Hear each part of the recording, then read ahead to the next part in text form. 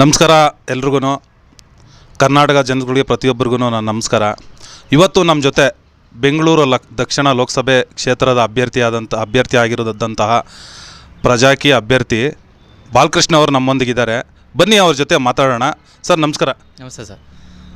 Sir, ಇವಾಗ ಲೋಕಸಭೆ ಎಲೆಕ್ಷನಲ್ಲಿ ನಿಮ್ಮದು 26ನೇ ತಾರೀಕು ಎಲೆಕ್ಷನ್ ಆಯಿತು. ಬೆಂಗಳೂರಲ್ಲಿ ತುಂಬ ನೀರಸವಾದಂಥ ಪರ್ಸೆಂಟೇಜ್ ಬಂದಿದೆ. ಆಲ್ಮೋಸ್ಟ್ 50%, 50 ಜನ ಅಂದರೆ 50% ಜನ ವೋಟೇ ಮಾಡಿಲ್ಲ. ಯಾಕೆ ಸರ್? ಮತ್ತು ಎಷ್ಟೋ ಯುವಕರನ್ನ ಕೇಳಿದ್ರೆ ಇವತ್ತು ಸರ್ ಪ್ರಜಾಕೀಯ ಇತ್ತಾ ಅಂತಲೂ ಒಂದು ಆಶ್ಚರ್ಯದಿಂದ ಕೇಳ್ತಾರೆ. ಏನಕ್ಕೆ ಇದು ಕಾರಣ ಏನು? ಕಾರಣ ಏನಂದರೆ ಸರ್, ಈಗ 50% ವೋಟ್ ಆಗಿದೆ ಅಂದರೆ ಬೆಂಗಳೂರಲ್ಲಿ ಇರೋದ್ರಿಂದ ಅನೇಕ ಜನ ತುಂಬ ಔಟ್ಸ್ಕಟ್ ಅಂದರೆ ತುಂಬ ಹಳ್ಳಿಗಡೆಯಿಂದ ಬಂದು ಇಲ್ಲಿ ಕೆಲಸ ಮಾಡೋವಂಥವ್ರು ಆಗಿರ್ತಾರೆ. ಇನ್ನೂ ಕೆಲವರು ಬೆಂಗಳೂರಲ್ಲೂ ಐ ಡಿ ಕಾರ್ಡ್ ಇಟ್ಕೊಂಡಿರ್ತಾರೆ, ಊರಲ್ಲೂ ಸಹ ಇಟ್ಕೊಂಡಿರ್ತಾರೆ. ಇಲ್ಲಿ ಕ್ಯಾನ್ಸಲ್ ಮಾಡಿರೋದಿಲ್ಲ. ಕೆಲವರೆಲ್ಲ ಊರಿಗೆ ಹೋಗಿ ಓಟ್ ಹಾಕೋದಕ್ಕೆ ಅಂತ ಓಟ್ ಹಾಕಿದ್ದಾರೆ. ಇನ್ನೂ ಸ್ವಲ್ಪ ಜನ ಏನು ಮಾಡಿರ್ತಾರೆ, ಎಲ್ಲ ಟ್ರಿಪ್ಗೆ ಹೋಗ್ಬಿಟ್ಟಿರ್ತಾರೆ. 3 ದಿವಸ ಸಿಕ್ತಲ್ಲ, ಶುಕ್ರವಾರ ವೋಟಿಂಗ್ ಡೇ, ಶನಿವಾರ ಮತ್ತು ಭಾನುವಾರ ಸಿಕ್ತು, ಓಟ್ ಹಾಕ್ತೀರಾ, ಎಲ್ಲ ಟ್ರಿಪ್ ಹೋಗಿರ್ತಾರೆ. ಇದು ತುಂಬ ವಿಪರ್ಯಾಸ ಅಂತಲೇ ಹೇಳ್ಬೋದು. ನಾವು ಇದನ್ನೇ ಎಚ್ಚೆತ್ಕೊಬೇಕು ಯುವಕರು, ಮತ್ತು ಪ್ರಜೆಗಳಾಗಿ ಸಹ ನಾವು ಸಹ ತಿಳ್ಕೊಬೇಕು. ಮತದಾನ ಅನ್ನೋದು 5 ವರ್ಷಕ್ಕೊಂದು ಸತಿ ಬರ್ತದೆ. ನಮ್ಮ ದೇಶ ನಡೆಸೋವಂಥ ವ್ಯಕ್ತಿಗಳು ಆಯ್ಕೆ ಮಾಡೋವಂಥ ಸಂದರ್ಭ ಅದು. ನಮಗೆ ಅದು ತುಂಬ ಅಮೂಲ್ಯ. ಅದು ಹೇಳಬೇಕು ಅಂದರೆ ಬೇರೆ ಎಲ್ಲ ಕೆಲಸ ಬದಿಗಿಟ್ಟು ಓಟ್ ಹಾಕಬೇಕು. ಆದರೆ ಓಟ್ ಹಾಕಿಲ್ದಿರ ಅನ್ನೋದೇ ನಮ್ಮ ದುರಂತ ಅಂತ ಹೇಳ್ಬೋದು ಅಷ್ಟೇ.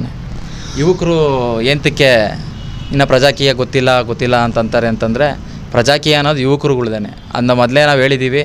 ಪ್ರಜಾಕೀಯದ ಅಭ್ಯರ್ಥಿಗಳಾಗಿರ್ಬೋದು, ನಮ್ಮ ಪಕ್ಷ ಸಂಸ್ಥಾಪಕರಾದ ಉಪೇಂದ್ರ ಸರ್ ಆಗಿರ್ಬೋದು, ಅವರೆಲ್ಲರೂ ಹೇಳಿದ್ದೀವಿ.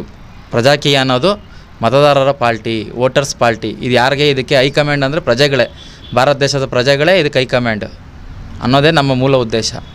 ಅದರಿಂದ ಇದೆಲ್ಲ ಪ್ರಜೆಗಳ ಜವಾಬ್ದಾರಿ ತಗೊಂಡು ನಾವೇ ನಡೆಸ್ಕೊಬೇಕು ಇದನ್ನು. ಅಲ್ಲಿ ನಾವೇನಕ್ಕೆ ಯಾವ ನ್ಯಾಷನಲ್ ಟಿ ವಿನ ಈಗ ನೀವು ಬೇರೆ ಪಕ್ಷಗಳು ಹೆಂಗೆ ಗೊತ್ತಿದೆ ನಿಮಗೆ ಅಂತಂದರೆ, ಟಿ ವಿನಲ್ಲಿ ಬರ್ತದೆ, ನ್ಯಾಷನಲಿಸ್ಟ್ ಟಿ ವಿಗಳಲ್ಲಿ ಬರ್ತದೆ, ನ್ಯೂಸ್ ಪೇಪರ್ ಅಡ್ವರ್ಟೈಸ್ಮೆಂಟ್ ಬರ್ತದೆ, ಅದಕ್ಕೆ ನಿಮ್ಗೆ ಗೊತ್ತಿದೆ. ಪ್ರಜಾಕೀಯ ಎಂತಕ್ಕೆ ಬರೋಲ್ಲ ಅಂತಂದರೆ ಅದಕ್ಕೆ ದುಡ್ಡು ಖರ್ಚಾಗುತ್ತೆ.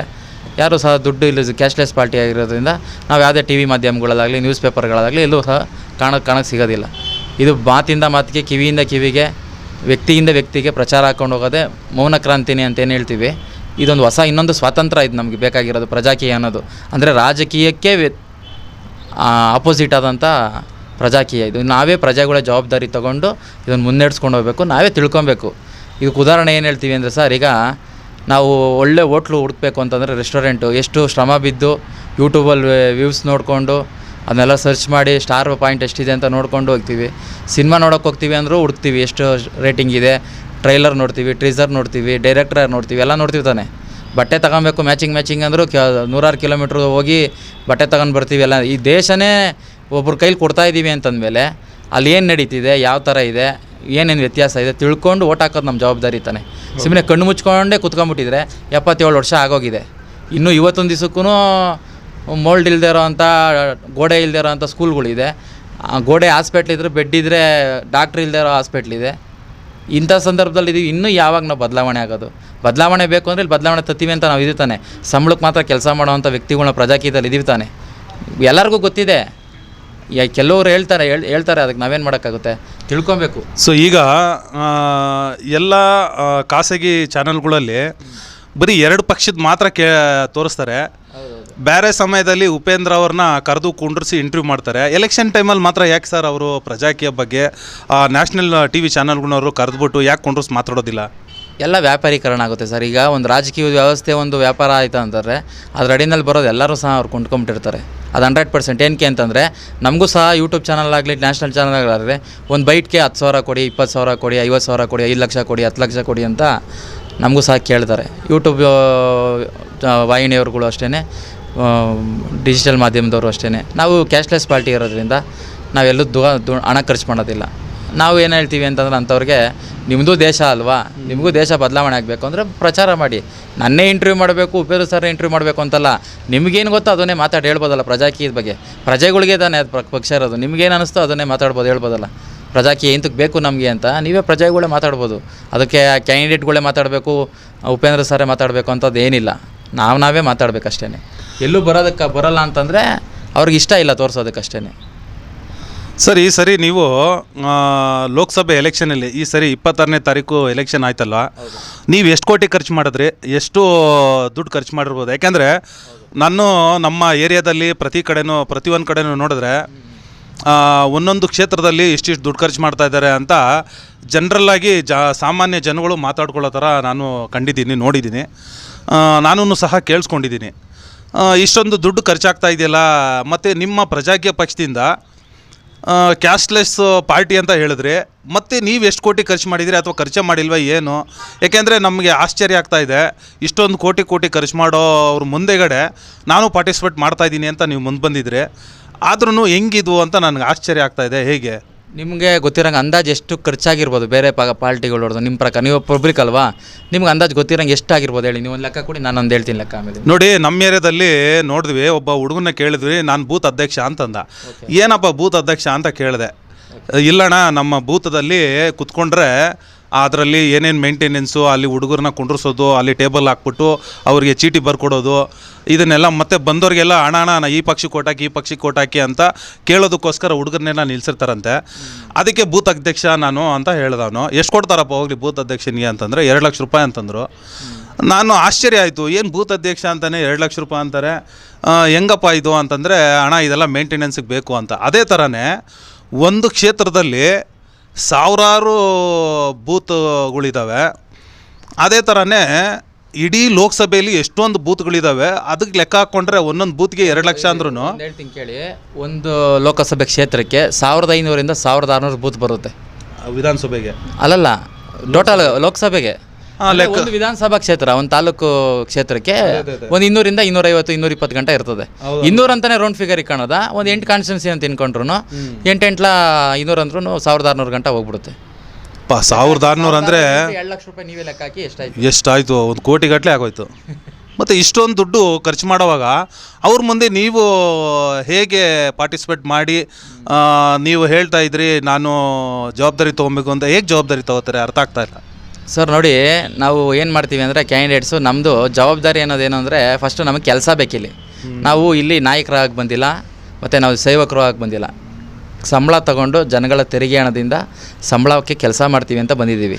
ಇರಿ ಒಂದು ನಿಮಿಷ, ನಾವು ನಾಯಕರು ಆಗಕ್ಕೆ ಬಂದಿಲ್ಲ, ಸೇವಕರು ಆಗಕ್ಕೆ ಬಂದಿಲ್ಲ ಅಂತಂದರೆ ಮತ್ತು ಹೆಂಗೆ ನೀವು ಇಲ್ಲಿ ನಾಯಕರು ಅಂದರೆ? ಎಲ್ಲರೂ ಹೇಳ್ತಾರೆ ನಮಗೆ ನಾಯಕರು ಬೇಕು ಅಂತ.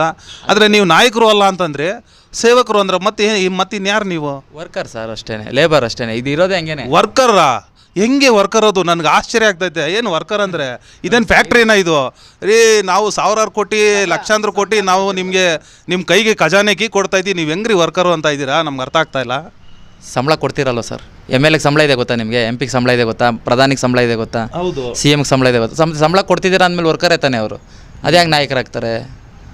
ಇದೇ ನಮ್ಮ ಪರಿಸ್ಥಿತಿ ಇರೋದು. ತುಂಬ ಜನಕ್ಕೆ ಪ್ರಜಾಕೀಯ ಬರೋದಕ್ಕೂ ಮುಂಚೆ ಅವ್ರಿಗೆ ಸಂಬಳ ತಗೊಂತಿದ್ದಾರೆ ಅಂತಲೇ ಗೊತ್ತಿರಲಿಲ್ಲ.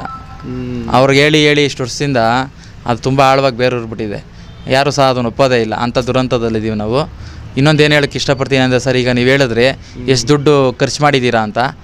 ನಾನು ಏನು ಅಂದರೆ ಸರ್, ಫಸ್ಟು ನಾವು ವೋಟರ್ಸ್ಗಳ ಹತ್ರನೇ, ಅಂದರೆ ಪ್ರಜೆಗಳ ಹತ್ರನೇ ಹೋಗಿ ಸಹಿ ಸಂಗ್ರಹಣೆ ಮಾಡ್ಕೊಂಬರ್ತೀವಿ. ಶಿಫಾರಸ್ ಪತ್ರಕ್ಕೆ ಸೈನ್ ಮಾಡಿಸ್ಕೊಂಬರ್ತೀವಿ. ಅದು ಎಲೆಕ್ಷನ್ ಅಂತ ಬಂದಂಥ ಸಂದರ್ಭದಲ್ಲಿ ಏನು ಮಾಡ್ತೀವಿ ಅಂದರೆ, ಉಪ್ಪಿ ಸರ್ ನಮಗೆ ಬಿ ಫಾರ್ಮ್ ಕೊಡ್ತಾರೆ. ಅರ್ಥ ಆಯ್ತಾ ಸರ್? ಅದೊಂದು ಪಕ್ಷ ಬೇಕು ಅಂದರೆ ಬಿ ಫಾರ್ಮ್ ಕೊಡೋದು ವೈಯಕ್ತಿಕವಾಗಿ ಉಪೇಂದ್ರ ಅವರಲ್ಲ. ಅಲ್ಲ, ಪಬ್ಲಿಕ್ ಹತ್ರ ಯಾರು ಹೆಚ್ಚಾಗಿ ಸಹಿ ಸಂಗ್ರಹಣೆ ಮಾಡಿಸ್ಕೊಂಬಂದಿರ್ತಾರೆ, ಆ ಸಹಿ ಸಂಗ್ರಹಣೆ ಮಾಡ್ಕೊಂಡು ಬಂದಂಥ ಸಂದರ್ಭದಲ್ಲಿ ಅವರಿಗೆ ಬಿ ಫಾರಮ್ ಕೊಡ್ತಾರೆ. ಅಷ್ಟೇ. ಆ ಬಿ ಫಾರಮ್, ಈ ಸಹಿ ಸಂಗ್ರಹಣೆ ಮಾಡುವಾಗ ಏನಾದರೂ ದುಡ್ಡು ಗಿಟ್ಟು ಕೊಡ್ತೀರಾ ಅವ್ರಿಗೆ? ಹೇಗೆ? ಇಲ್ಲ ಸರ್, ಪಬ್ಲಿಕ್ ಹತ್ರ ನಾವೇನು ಒಂದು 9 ಪಾಯಿಂಟ್ಸ್ ಇದೆ ನಮ್ಮದು. 5 ವರ್ಷ ನೀವು ಹೇಳ್ದಂಗೆ ಕೆಲಸ ಮಾಡ್ತೀವಿ ಅಂತೇಳಿ ಅವ್ರಿಗೆ ಅದು ಒಪ್ಪಿಗೆ ಆಯಿತು ಅಂತಂದರೆ ನಮ್ಗೆ ಸೈನ್ ಹಾಕ್ಸ್ಕೊಡ್ತಾರೆ. ಆ ಸೈನ್ ತಂದು ನಾವು ಅದನ್ನು ನಮ್ಮ ಸೋಷಲ್ ಮೀಡಿಯಾದೆಲ್ಲ ಅಪ್ಲೋಡ್ ಮಾಡ್ಕೊಂಡಿರ್ತೀವಿ, ಫೇಸ್ಬುಕ್ಕಲ್ಲಿ ಮತ್ತು ನಮ್ಮ ವಾಟ್ಸಪ್ಗಳದೆಲ್ಲ. ಅದರಿಂದ ಏನು ಮಾಡ್ತೀವಿ ನಾವು, ಅಲ್ಲಿಂದ ನೆಕ್ಸ್ಟು ಎಲೆಕ್ಷನ್ಸ್ ಟೈಮಲ್ಲಿ ಬಂದು ನಾವು ಬಿ ಫಾರಮ್ ಕಲೆಕ್ಟ್ ಮಾಡ್ಕೊತೀವಿ. ಅಲ್ಲಿಂದ ನಾನೇನು ಮಾಡ್ತೀನಿ, ಕ್ಯಾಂಡಿಡೇಟ್ ಅದಂತ ನನ್ನ ಕೆಲಸ ಬೇಕಾದ್ರೆ ಆ ಬಿ ಫಾರಮ್ ಇಸ್ಕೊಂಬಂದು ನಾನು ಚುನಾವಣೆಗೆ ನಾಮಿನೇಷನ್ ಮಾಡೋದಕ್ಕೆ ಏನೇನೆಲ್ಲ ಅದು ಫಾರ್ಮೆಟ್ ಇರುತ್ತೆ, ಅಪ್ಲಿಕೇಶನ್ ಫಿಲ್ ಮಾಡೋದಿರುತ್ತೆ, ಅದಕ್ಕೆ ಏನೇನು ಬೇಕೋ ಅದನ್ನೆಲ್ಲ ತಯಾರಿ ಮಾಡ್ಕೊಂಡು ನಾವು ನಾಮಿನೇಷನ್ ಮಾಡ್ತೀವಿ. ನಾಮಿನೇಷನ್ ಮಾಡಿ ಅಲ್ಲಿಗೆ ನನ್ನ ಕರ್ತವ್ಯ ಮುಗೀತು. ಈಗ ನೀವು ಸಹಿ ಸಂಗ್ರಹಣೆ ಮಾಡಿರ್ತೀರಲ್ವಾ? ಅದು ಏನಕ್ಕೆ ಮಾಡೋದು? ಟಿಕೆಟ್ಗೋಸ್ಕರ ಸರ್. ಅಂದರೆ ಜನಗಳೇ ನಿಮಗೆ ಟಿಕೆಟ್ ಕೊಡೋದು? ಆಯ್ಕೆ ಮಾಡ್ತಾ ಇರೋದು ನನ್ನ.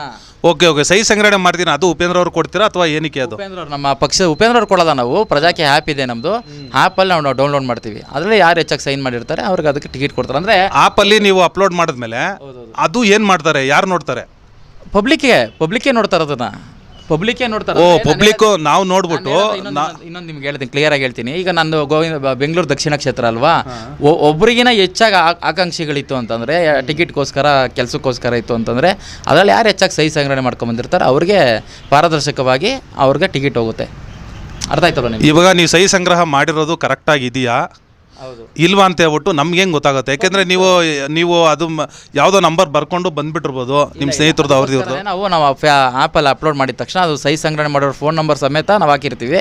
ನಾವು ಕ್ರಾಸ್ ಚೆಕ್ ಮಾಡ್ಕೊಂತಾರೆ. ಓಕೆ, ಯಾರು ಪಬ್ಲಿಕ್ಕೇ ಮಾಡ್ಕೊಂತಾರೆ, ಪಬ್ಲಿಕ್ ಸಹ ಮಾಡ್ಕೊಂತಾರೆ. ಬೇರೆ ಪ್ರಜಾಕೀಯ ಫಾಲೋವರ್ಸ್ ಇರ್ತಾರಲ್ವಾ, ಅವರು ಸಹ ಫೋನ್ ಮಾಡಿ ಕೇಳ್ಕೊಂಡು, ಅಂದರೆ ಆ್ಯಪಲ್ಲಿ ಹೋಗ್ಬಿಟ್ಟು ಪಬ್ಲಿಕ್ಕು ಯಾರು ಬೇಕಾದ್ರೂ ಆ ನಂಬರ್ ತೊಗೊಂಡು ಅವ್ರಿಗೆ ಕಾಲ್ ಮಾಡಿ ಕೇಳ್ಬೋದು.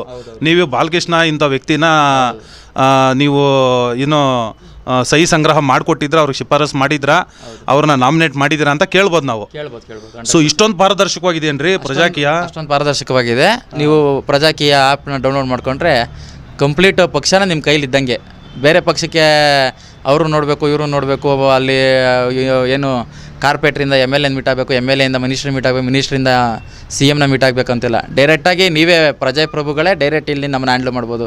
ನಮ್ಮ ಕಾಂಟ್ಯಾಕ್ಟ್ ನಂಬರ್ಸ್ ಇರುತ್ತೆ, ನಮ್ಮ ಮನೆ ಅಡ್ರೆಸ್ ಇರುತ್ತೆ, ನಮ್ಮ ಮೇಲ್ ID ಇರ್ತವೆ, ಫೇಸ್ಬುಕ್ ID ಇರ್ತದೆ. ಅಯ್ಯೋ, ಇವಾಗಿರೋ MLAಗಳ್ದು MP-ಗಳ್ದು ಮತ್ತು ಕಾರ್ಪೊರೇಟ್ರದ್ದು ಎಲ್ರದ್ದು ನಂಬರ್ ಐತಪ್ಪ. ನನ್ನ ಹತ್ರ ಡೈರಿನೇ ಐತಪ್ಪ, ನನ್ನ ಹತ್ರ ದೊಡ್ಡ ಡೈರಿನೇ ಇದೆ. ಫೋನ್ ಮಾಡಿದ್ರೆ ಯಾರು ಫೋನ್ ಎತ್ತೋದೇ ಇಲ್ಲ. ಏನು ತೊಗೊಂಡು ಪ್ರಯೋಜನ? ನಂಬರ್ ತೊಗೊಂಡು ನನ್ನ ಹತ್ರ ದೊಡ್ಡ ಡೈರಿನೇ ಇದೆ. ಚೀಫ್ ಮಿನಿಸ್ಟ್ರಿಂದ ಹಿಡಿದು ನಮ್ಮ ಪ್ರತಿಯೊಂದು ಮಿನಿಸ್ಟ್ರಿನವ್ರು ನಂಬರ್ ಇದೆ. ಯಾರು ಫೋನ್ ಮಾಡಿದ್ರು ಫೋನ್ ಎತ್ತಲ್ಲ. ನೀವು ಹೆಂಗೆ ಫೋನ್ ಎತ್ತಿದ್ದೀರಾ ಅಂತ ಏನು ಗ್ಯಾರಂಟಿ? ನಾವು ಬಂದಿರೋದೇ ಜನಗಳಿಗೋಸ್ಕರ ಕೆಲಸ ಮಾಡೋಕ್ಕಲ್ವ ಸರ್. ನಮ್ಮ ಓನರ್ ಫೋನ್ ಮಾಡಿ ನಾವು ಎತ್ತಬೇಕಾ ಇಲ್ವಾ ಫೋನ್ ಹೇಳಿ? ಅಲ್ಲ, ನೀವು ಹೇಳ್ತಾ ಇರೋದು ಲಾಜಿಕ್ ಕರೆಕ್ಟಾಗಿದೆ. ಬಟ್ ನಾನು ಹೇಳ್ತಾ ಇರೋದು, ನಿಮಗೆ ಅಧಿಕಾರ ಸಿಗೋವರೆಗೂ ಹಿಂಗೆ ಹೇಳ್ತೀರಾ, ಅಧಿಕಾರ ಸಿಕ್ಕಿದ್ಮೇಲೆ ಇದೇ ಥರ ನಡ್ಕೋತೀರಾ ಅಂತ ಏನು ಗ್ಯಾರಂಟಿ? ಅದು ನಾನು ಹೇಳ್ತೀನಿ. ಏನು ಗೊತ್ತಾ ಸರ್, 24 ಗಂಟೆ ಫೋನ್ ಮಾಡಿ ನಾವು ಎತ್ತೋದಿಲ್ಲ, ಟೈಮ್ ಸಿಕ್ಕೊಂಡಿರ್ತೀವಿ. ಮಾರ್ನಿಂಗ್ ಹೆಂಗೆ ನೀವು ಆಫೀಸ್ ಕೆಲಸಕ್ಕೆ ಹೋದರೆ ಬೆಳಗ್ಗೆ ಒಂದು 9ರಿಂದ ಸಂಜೆ 6 ಗಂಟೆ ಗಂಟ ಆ ಥರ ಇರ್ತದೆ. ತುಂಬ ಎಮರ್ಜೆನ್ಸಿ ಇತ್ತು ಅಂತಾರೆ ಬೇರೆ ಅದನ್ನು ಕಾಂಟ್ಯಾಕ್ಟ್ ನಂಬರ್ ಕೊಟ್ಟಿರ್ತೀವಿ. ಸೊ ಇನ್ನೊಂದೇನಂತಂದರೆ, ಪ್ರತಿಯೊಬ್ಬರು ನಮ್ಮ ಈಗ ಲೋಕಸಭಾ ಕ್ಷೇತ್ರದಲ್ಲಿ ಸುಮಾರು 10 ಲಕ್ಷ ಜನ ಇದ್ದಾರೆ ಅಂತ ತಿಳ್ಕೊಳ್ಳಿ. 10 ಲಕ್ಷ ಜನನೂ ಅಟ್ ಅ ಟೈಮ್ ನಿಮಗೆ ಕಾಲ್ ಮಾಡಿದ್ರೆ ನಿಮ್ಮ ಬರೀ ಕಾಲ್ ರಿಸೀವ್ ಮಾಡೋದಕ್ಕೆ ಟೈಮ್ ಆಗಿಬಿಡುತ್ತಲ್ಲ? ಹಂಗಲ್ಲ ಸರ್, ನಾನೇನು ಹೇಳ್ತೀನಿ, ಈಗ ಒಂದು MLA ಕ್ಷೇತ್ರ ಅಂತಂದರೆ BBMP ವಾರ್ಡು ಒಂದು 8ರಿಂದ 10 ಬರ್ತದೆ. ವಾರ್ಡ್ ವೈಸಲ್ಲಿ ಡಿವೈಡ್ ಮಾಡ್ಬೇಕು ಸರ್ ಎಲ್ಲನೂ. ಅವ್ರಿಗೆ ಮೂಲಭೂತವಾಗಿ ಅತಿ ಹೆಚ್ಚು ಅವಶ್ಯಕತೆಗಳು ಜನಗೆ ಏನು ಬರುತ್ತೆ ಅಂತಂದರೆ, ಕರೆಂಟ್ ಸಮಸ್ಯೆ, ನೀರಿನ ಸಮಸ್ಯೆ, ರೋಡಿನ ಸಮಸ್ಯೆ, ಅಥವಾ ಪಾರ್ಕ್ ಮೈಂಟೈನ್, ಅಥವಾ ಗ್ರೌಂಡ್ ಮೈಂಟೈನು, ಅಥವಾ ರೇಷನ್ ಕಾರ್ಡಿಂದ, ಈ ಥರ ಬೂತ್ ವೈಸಲ್ಲೇ ಡಿವೈಡ್ ಮಾಡಿಬಿಡ್ಬೇಕು.